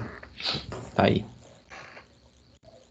Então aí já deixa ela já salvo. Aí é só baixar ela e subir aqui pro notebook, né? Fica mais fácil do que procurar elas lá. Bom, então fiz o upload dela aqui, tá? Pro meu notebook. E aí, gente, vamos dar uma passadinha nela. Agora que eu vi, né? Do andar da hora aqui, né? 10 horas já. Vou dar uma passada nela aqui bem breve, mas ela é até bem simplesinha da gente poder trabalhar, tá? E aí, depois eu vou explicar rapidamente também a lista de exercícios, mas aí a própria lista a gente pode tirar um tempo da próxima aula também para poder discutir, tá? E ao longo da semana, quem tiver dúvidas aí, é só falar. Bom, esse notebook aqui, tá? Só adicionando aqui uma referência e dar o devido crédito aqui, ó, foi baseado no código desse site aqui, que é um site que eu recomendo bastante também. Inclusive, ele está sendo... ele é uma dica que eu coloquei nessa última lista de exercícios, que é o Machine Learning Mastery. O cara que tem muito código aqui, de muita coisa legal, né? Ajuda bastante. Esse cara aqui, engraçado. Às vezes eu até falava com o pessoal, se eu encontrar esse cara na rua um dia, se eu vou dar um abraço nele, tão forte. Porque o tanto de código que já me ajudou no doutorado, não tem noção. Né? Que faz muito notebook, aqui é bem explicado, eu acho bem legal, tá? A explicação dele aqui, mas eu resumi algumas coisas e também adaptei algumas coisas aqui para o nosso trabalho, tá? Mas aí fica a referência, né, a base principal aqui dele. O que que acontece? Então, O primeiro passo aqui que está sendo feito é a leitura da base, né? E a ilustração dela. Só para a gente recordar como é que ela era, né? Era basicamente essa basezinha aqui ó, de vendas de shampoo, né?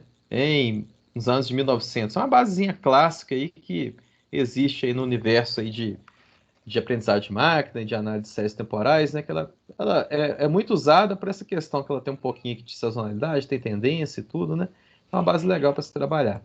Tem uma funçãozinha que foi definida aqui, ó. Isso é de autoria lá do cara que eu peguei como uma referência, que é só uma função, né, a título de curiosidade, de Python, tá? Que ela faz um parsing aqui, ó, de determinada coluna que você passa para ele, tá? E com isso, ele consegue fazer um processamento aqui e formatar as datas, né? Nesse formato aqui que ele acabou colocando, tá? De ano, mês, ano e mês, alguma coisa nesse sentido, tá? Isso aqui é só um detalhezinho, né? De uma funcionalidade que dá para você fazer também na hora de fazer a leitura lá da base de dados, tá? Ele fez isso só para deixar um pouco mais amigável aqui, tá? Então é só um detalhe. Bom, mas ainda para o que interessa, tá? Ele usou aqui, primeiro, um plot aqui para autocorrelação, tá? Dentro da série aqui que a gente acabou de fazer. No caso, usou até uma outra funcionalidade aqui, né, com o autocorrelation plot, que tem lá dentro do pacote do Pandas, tá? E aí ele fez esse plot aqui, ó.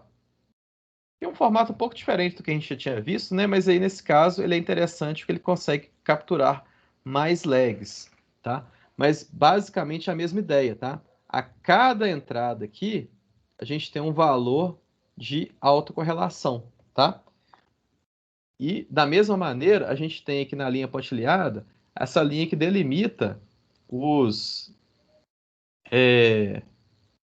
os valores de autocorrelação mais relevantes, né? Os que estão fora da linha são aqueles que são considerados os valores mais relevantes de autocorrelação, tá? Nesse caso aqui, a interpretação que ele fez foi uma interpretação um pouco até mais simples, tá? Ele foi diretamente lá na autorregressão. Ele nem olhou muito a questão ali de usar a autocorrelação parcial e a autocorrelação direta, né? Ele só fez o seguinte, olhou qual que foi o último lag aqui, ó, que ainda apresentou uma correlação, uma autocorrelação relevante. No caso é o lag 5. Então, vamos começar aqui com uma autocorrelação aqui de 5, tá? Bom, então... sim, tem uma outra coisa, tá? Além disso, né? Para remover a questão da tendência, foi aplicada aqui uma diferenciação, tá? Para ficar com esse valor aqui, e aí ficar mais fácil de trabalhar. Por isso que o modelo ARIMA que foi colocado aqui é o modelo que tem uma autorregressão de 5, tá? E uma diferenciação de 1. Essa foi a forma manual até mais simples do que aquela que a gente discutiu em sala, né? Discutiu na aula, né, anterior, ali na parte teórica, tá? Mas que também é um primeiro passo, tá? De traçar a autocorrelação, ver qual que foi o último ali que teve uma autocorrelação relevante e utilizar ele como o componente de autorregressão, tá? Para a parte de média móvel, tá? Se fosse para calcular, aí já seria mais interessante fazer aquele ACF, PACF, tá? E ver se aparecia aqueles casos lá de um formato sinusoide e tal, e um pico de autocorrelação parcial, para a gente chegar a alguma conclusão na parte de média móvel. Mas isso aqui, né, é um exemplo mais simples, né, e que já consegue fazer uma primeira visualização aqui para a gente. Beleza? Bom, então, aí nesse sentido, tá? Que é calculada essa série,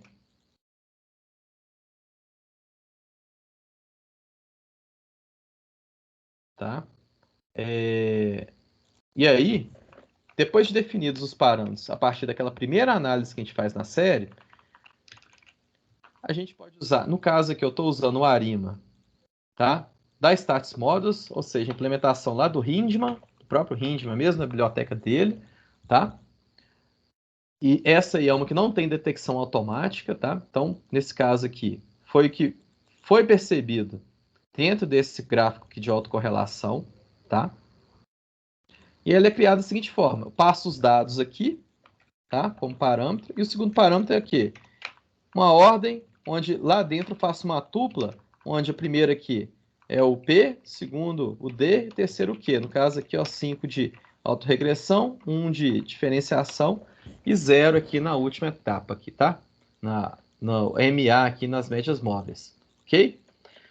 Quando eu crio esse modelo, né, entrego para uma determinada variável, eu uso uma função chamada fit para internamente ajustar aqueles parâmetros lá da equação do Arima, né, aqueles parâmetros internos. Porque aqui, relembrando, né, P, D e Q são hiperparâmetros, são aqueles que a gente seta.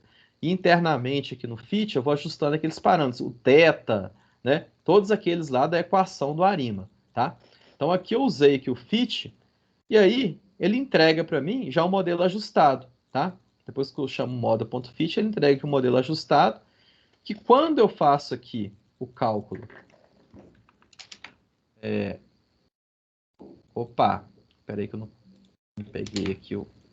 Tá. Quando eu faço o cálculo aqui, sumário dele, aí ele vai lá, né? Coloca uma série de dados ali sobre o que ele fez, né? Sobre como que foi a aproximação, como é que ficaram cada um dos coeficientes, tá? Então ele tem uma descrição bem interessante isso aqui.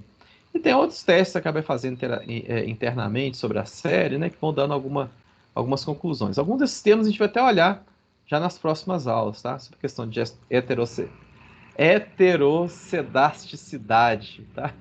É um termo bem difícil aí, mas que a gente deve olhar, provavelmente até na próxima aula, tá? Mas ele faz uma série de diagnósticos sobre a série e já entrega para a gente os parâmetros que ele entendeu que são os mais ajustados a esse modelo diante desses hiperparâmetros aqui, tá? Bom, além disso, esse modelo ajustado, a gente consegue, além dele gerar esse modelo, a gente pode também, ele consegue decompor isso em um componente que vão representar os resíduos, tá? Então, esses resíduos, a gente pode fazer um plot deles também. Nesse caso aqui, ó,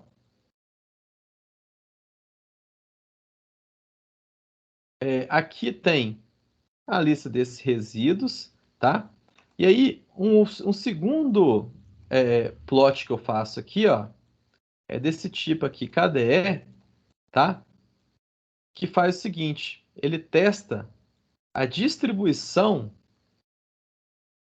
tá? Desses resíduos que surgiram desse modelo. E aí as notícias aqui talvez não sejam muito boas, né? Porque acontece o seguinte, aqui está a representação dele em termos de distribuição, ou seja, todos os valores que eu tenho ali, né? Se eu for colocar tudo ali mais sumarizado, eu vou tentar traçar aqui uma densidade, né? Para fazer uma distribuição aqui, né? Para tentar mostrar como que seria essa distribuição de probabilidade aqui, né? Dentro dos resíduos que eu tive, tá? E aí, na hora de fazer uma descrição disso aqui, a gente chega à conclusão, tá? De que os valores aqui, ó, vão ser distribuídos dentro de uma média que é diferente de zero, tá? E numa distribuição que, ainda que seja gaussiana, também não está centralizada aqui, né? Dentro desse ponto zero aqui, né? Então, isso dá para a gente uma indicação de que esses resíduos não são um ruído branco, por exemplo, né? Então, dá a entender que, eventualmente, esse modelo que a gente está propondo aqui, ele não conseguiu se ajustar perfeitamente a essa série, tá? Então, é o caso de a gente começar a repensar. Oi? Eu estava olhando lá no gráfico da correlação, que ele começa em 5, né? Se você for observar, você acha que se começar em 6, talvez melhore isso daí, sabe? Porque eu acho que No 5 ainda gráfico tá aqui, né? fora. É, Aqui, né? se ele começar em Não, pois 6, é. O tá vendo? 5. Ele tá fora Não, mas ainda. estar fora daqui que é ele ser relevante. O que é Isso relevante é aqui, estar fora. estar fora. Ok. Essa linha pontilhada aqui, ó, é a linha da relevância da autocorrelação. Quem está aqui Ok. dentro é baixo. Quem está aqui dentro não é muito importante aqui em termos de correlação. Quem está acima é relevante. Tanto é que, por exemplo, né, na maioria das, talvez não na maioria, né, mas em muitos casos, tá, de dados assim de séries temporais, os valores mais próximos da observação futura, eles têm peso maior, né? Porque muitas vezes a tendência de mudança ali é pequena, então eles têm uma autocorrelação maior com os dados, com com os lags mais próximos, né? O T-1, o T-2. É o caso, por exemplo, dessa de vendas de shampoo. Olha só, a autocorrelação dele é muito significativa aqui, ó, no 1, no 2, por exemplo, né, que me parece que está acontecendo aqui. Ou talvez esse aqui seja o T-1, né, que T-2, 3, 4, 5. Então aqui, ó, ele vai ficando mais alto e à medida que vai se afastando da série, vai reduzindo, né, Sim, a importância dessa autocorrelação. Então, nesse caso aqui, ó, a autocorrelação vai ficando mais reduzida, a relevância dele vai ficando menor quando a gente chega no 5, mas ainda é relevante. Quando chegou no 6 aqui, ó, já é irrelevante, já não é irrelevante, né, mas é de baixa relevância. Entendeu?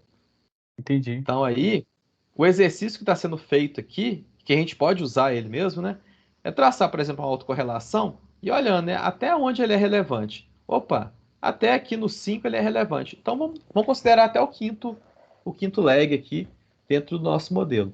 Entendeu? Entendi. Então vamos lá. Então, deixa eu lá aqui olhar. Então aqui, ó, depois que já fez o fit lá do modelo e tudo, né, e começou a traçar os resíduos, e ele fez essa análise, aí chegou a essa conclusão aqui, né, de que uma média aqui, né, não chegou ainda a ser um ruído aqui de média zero, né, como a gente espera no mundo ideal, né, na hora de fazer a representação de uma determinada série, tá? Então esse é um indicativo aqui de que talvez a gente não tenha uma previsão muito apurada, tá? Então, a gente pode tentar insistir um pouco mais aqui nos parâmetros, né? Tentar outras coisas, enfim, ou então simplesmente partir para outro modelo, né? Aceitar que o Arima não consegue resolver isso aqui de maneira muito adequada, tá? Mas para efeito de ilustração, né? Esse é um caso, é importante a gente ver esses casos assim, onde realmente o negócio não funciona 100%, tá? Para a gente explorar também as limitações dos modelos, né? Porque normalmente a gente está usando base de dados reais, a gente costuma ter esses problemas mesmo, tá? Então, beleza, né? Mas é o modelo que a gente tem, e aí, em cima desse modelo que a gente tem, a gente vai implementar aqui, ó, a gente vai executar um procedimento de validação cruzada, tá? Esse experimento aqui, tá, gente? Esse experimento vocês podem até usar ele como base, tá? O algoritmo que está sendo feito aqui, para a lista de exercícios, tá? E o que é a ideia aqui, ó? Eu estou usando aqui a mean squared error, tá? Que é uma métrica aqui que vai pegar o erro quadrático médio, tá? E ela está disponível dentro desse pacote o sklearn, talvez você já tenha até visto, né? Tenha tido algum contato da scikit-learn, né? Que é um pacote lá de Python que tem uma série de ferramentas para aprendizado de máquina, tá? E eu estou usando também a função sqrt, né, que é a raiz quadrada, para quê? Né? Para aplicar uma raiz quadrada no mean squared error e ter um RMSE calculado, tá? Então, a primeira coisa que está sendo feita aqui, ó, é uma quebra da minha base entre treinamento e teste. Nesse caso aqui, 2/3 para treinamento e 1/3 para teste. Como que eu faço isso? Eu pego aqui, calculo o tamanho da minha série, tá? Multiplicado por 0,66, ou seja, 2/3, né? E aí fica sendo esse valor aqui. No caso, né, converto aqui para inteiro para ficar para não ter decimais aqui em cima disso. E aí, a minha série X aqui, ó, que está nessa lista, do valor 0 até 2/3 do tamanho da série, eu entrego para treinamento. E depois, do tamanho, né, desse valor aqui, até o final da série, eu coloco o restante para teste. Tá? Isso aqui é um negócio de Python, né? Que quando você coloca vírgula aqui, ele entrega respectivamente para os que estão aqui na primeira parte da equação. Tá? Bom, e aí eu tenho essa parte aqui chamada de history, onde eu vou colocar essa primeira parte minha de treinamento toda aqui dentro. Tá? E também esse vetor predictions, tá? Vai ser onde eu vou armazenar cada uma das previsões que eu estou fazendo. Ok? E aí começa a fazer uma validação de rolling forecast. Como é que ela vai funcionar? Eu pego aqui esse range aqui de Python, tá? Que é basicamente o seguinte, né? Ele cria para mim uma sequência do tamanho do que eu passar comparando. No caso aqui, ó, eu quero uma sequência de valores T, tá? Do tamanho de teste, que vai começar, por exemplo, vamos supor que eu tenho 10 amostras de teste, então vai ser um range que vai criar para mim um negócio que vai ser, primeiro, 1, depois 2, 3, 4, 5, 6, até 10, tá? No for. A cada rodada minha do for, eu vou pegar um desses valores, tá? E aí, o que eu vou fazer a cada rodada? Vou fazer basicamente aquela implementação que eu mostrei lá na validação cruzada. Vai ser exatamente esse cara aqui, ó. Esse valor aqui, ó. Esse mecanismo, tá? Na primeira rodada eu vou ter só essa parte de treinamento aqui no History. Depois na segunda eu vou incluir uma nova observação aqui no History e fazer a previsão da próxima e assim vai até chegar no final. É isso que esse for aqui está fazendo. Ele pega o arima aqui, calcula para o History que eu tenho no primeiro momento, que é só o treinamento, tá? Faço o ajuste do modelo, faço a previsão usando o forecast, tá? Quando eu chamo essa função forecast, eu estou fazendo isso aqui, ó. Estou gerando esse alaranjado aqui no momento, tá? No passo 1. Aqui dá até para padronizar, para parametrizar, tá? Então, você pode até olhar, quem tiver curiosidade, lá na...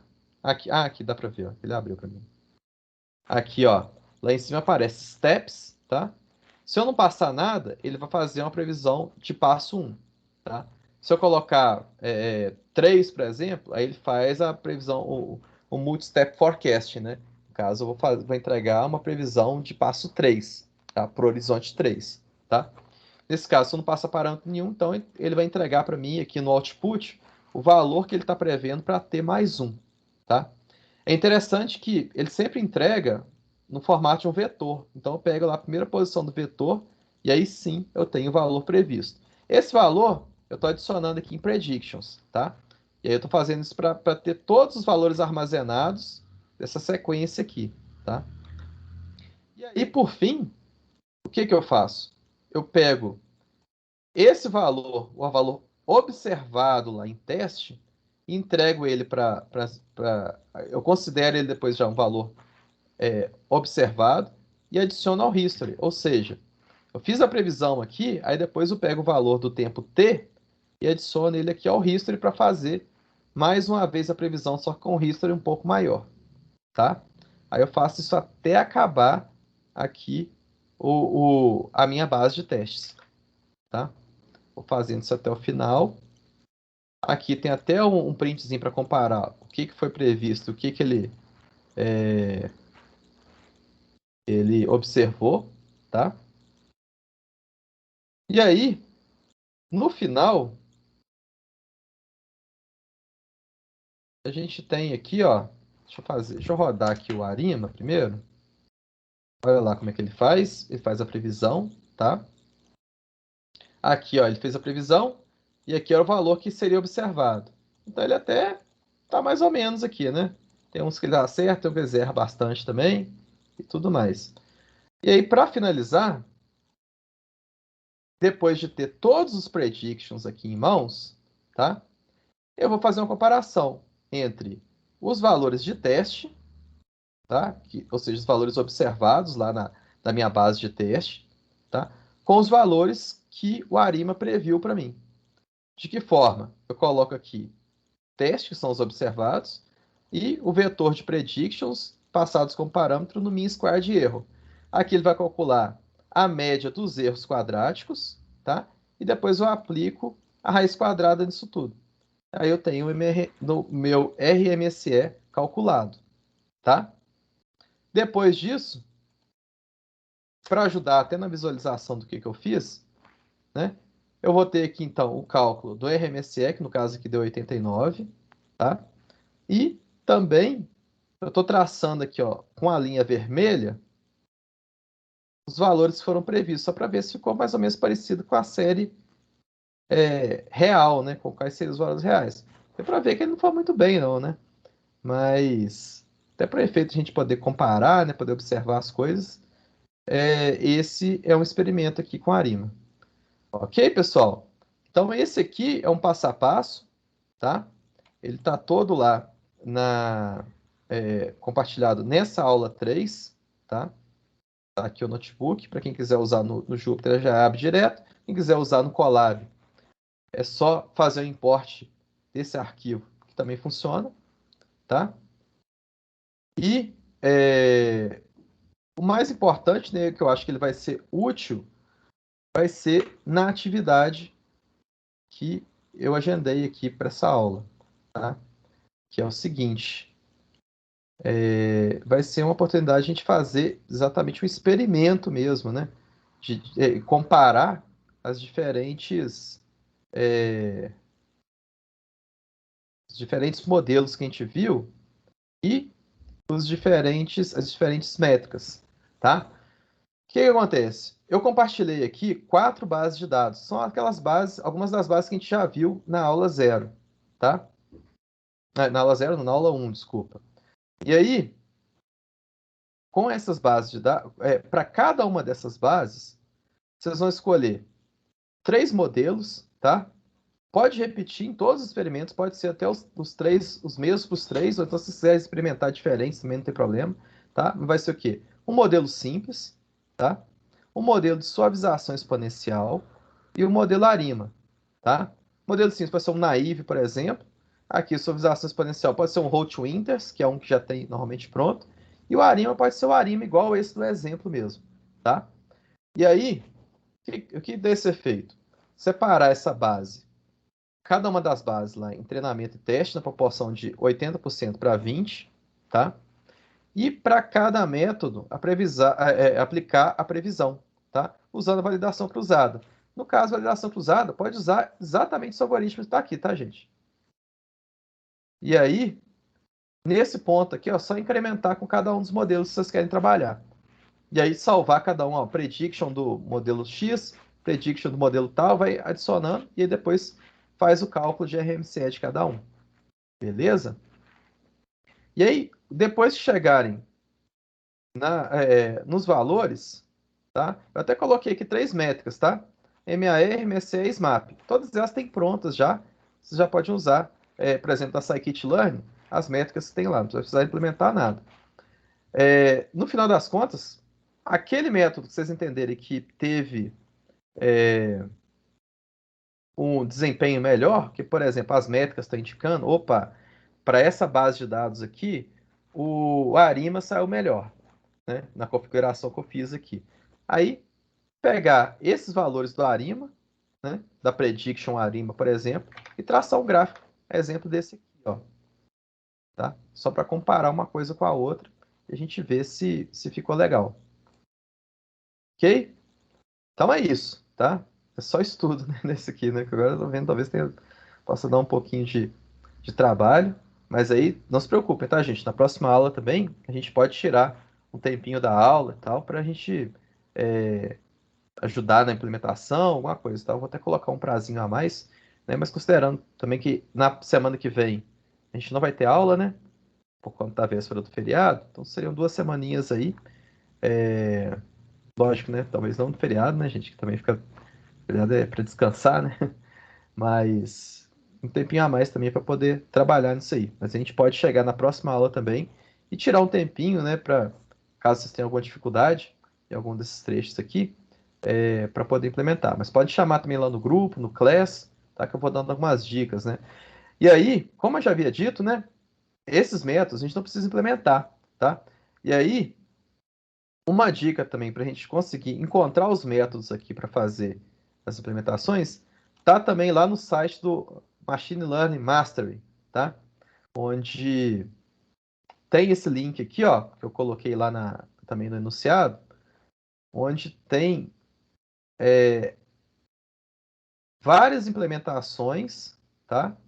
Aliás, referências das implementações diferentes de vários métodos que se encaixam aqui nessas famílias aqui, ó, de suavização exponencial e de ARIMA. Tem a listinha aqui, ó, de todos os métodos que ele está listando, aí ele tem exemplo lá de execução e tudo, né? Então, ó, aqui a gente tem, ó, suavização exponencial, a gente tem a ARIMA, a gente tem uma R, se você escolher uma R, você, essa série está muito simples, vou na R.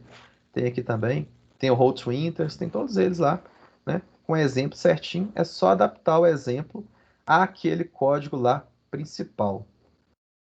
Beleza, pessoal? Tranquilo? Dúvidas sobre essas últimas partes, sobre o notebook, sobre também a lista de exercícios? Por enquanto, não. Então, tá tranquilo, né? Então, beleza, pessoal. Aí surgindo qualquer dúvida, tá? Não hesitem em chamar ou no Class ou lá no grupo também da disciplina, que a gente vai conversando sobre isso aí também. Ok? Viu algum problema no notebook lá? Ó, professor, tentando rodar que não funcionou. Tal. Só chamar lá também, que a gente vai ajudando. Ok? Ok, obrigado. Beleza. Beleza, então, pessoal. Valeu, então. Até daqui a 2 semanas, então, bom feriado para todos. E dia 8 a gente retorna, né? Com mais métodos aí de previsão também. Ok? Ok, obrigadão. Beleza, valeu. Beleza, então, Boa noite, professor. Boa valeu, noite, pessoal. Até Até Gente, mais. boa grande Valeu. abraço. Até mais. Tchau, tchau. Professor, Oi. eu vou